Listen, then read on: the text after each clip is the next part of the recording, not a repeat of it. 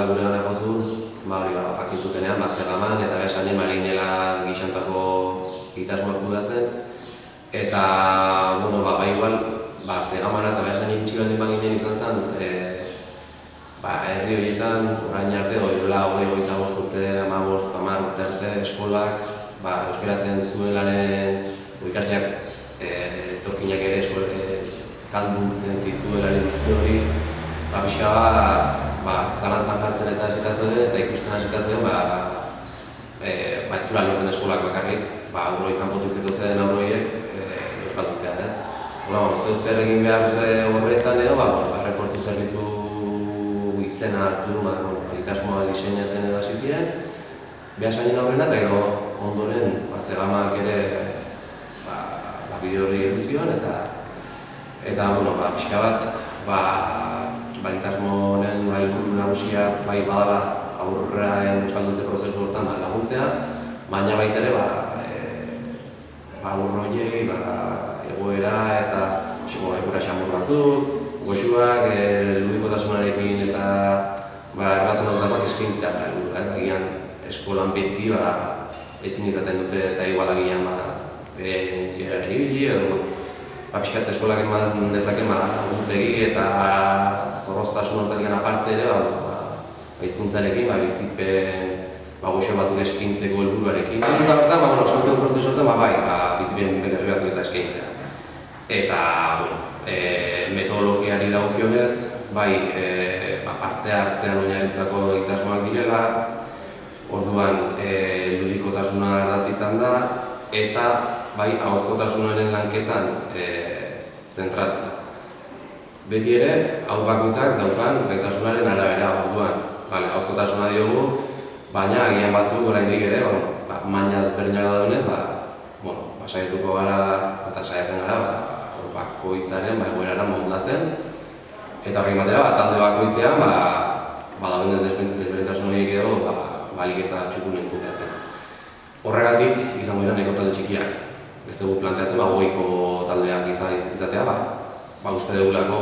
astean 3 orduko esku hartza izan da, goiko talde batean, zinatek ere iritsiko segurazki, bakoitzak duen behar horietan, behar den bezala eragitera. Horrekin lotuta, 3 gunetan, guztira 5 talde izango ditugu, pare bat hezitzailerekin, akaso 3rekin ariko gara lanean, uste dugu garrantzitsua dela hezitzaileak bertakoak izatea, ez delako bakarrik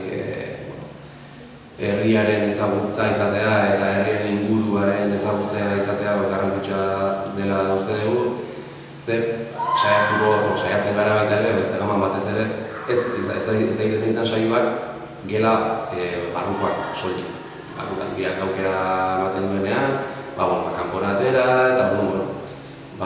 batez ere aginan eta zubitan lanean hariko den hezitzaileak komeni agina eta zubitako inguruak lagundu ezagutzea, badozein txango, txiki plantatzen baldin bada, edo pixka bat, ludikotasun horretan,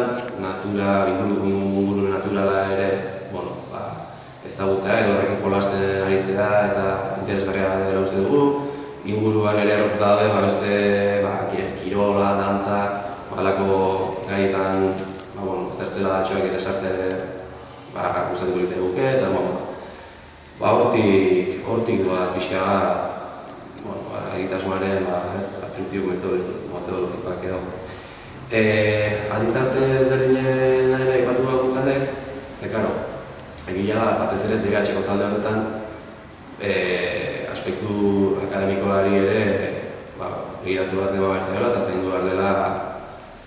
baita gaztegoekin ere, baina batez ere agian, DBH-en dauden ikasle horiek behar izaten dutelako azkenean gero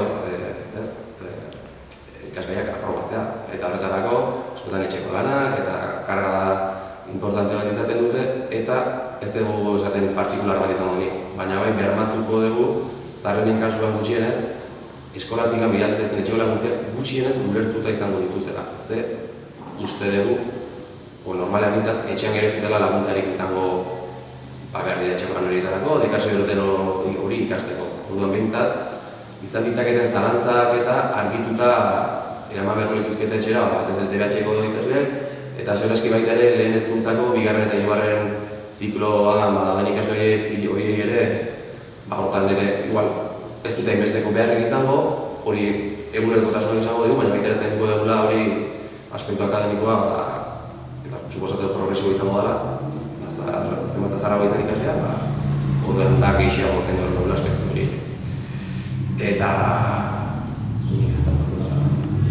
asko zehaztean, taldeak zenbateko izango diren, zitzaileak zintzu izango diren ere lotuko ditu alik eta azkarren, eta orainoko horretara joan arotik alik eta gauza gehienak itxita utzi, eta irailetik aurrera falta diren puntutxo horiek zehaztu eta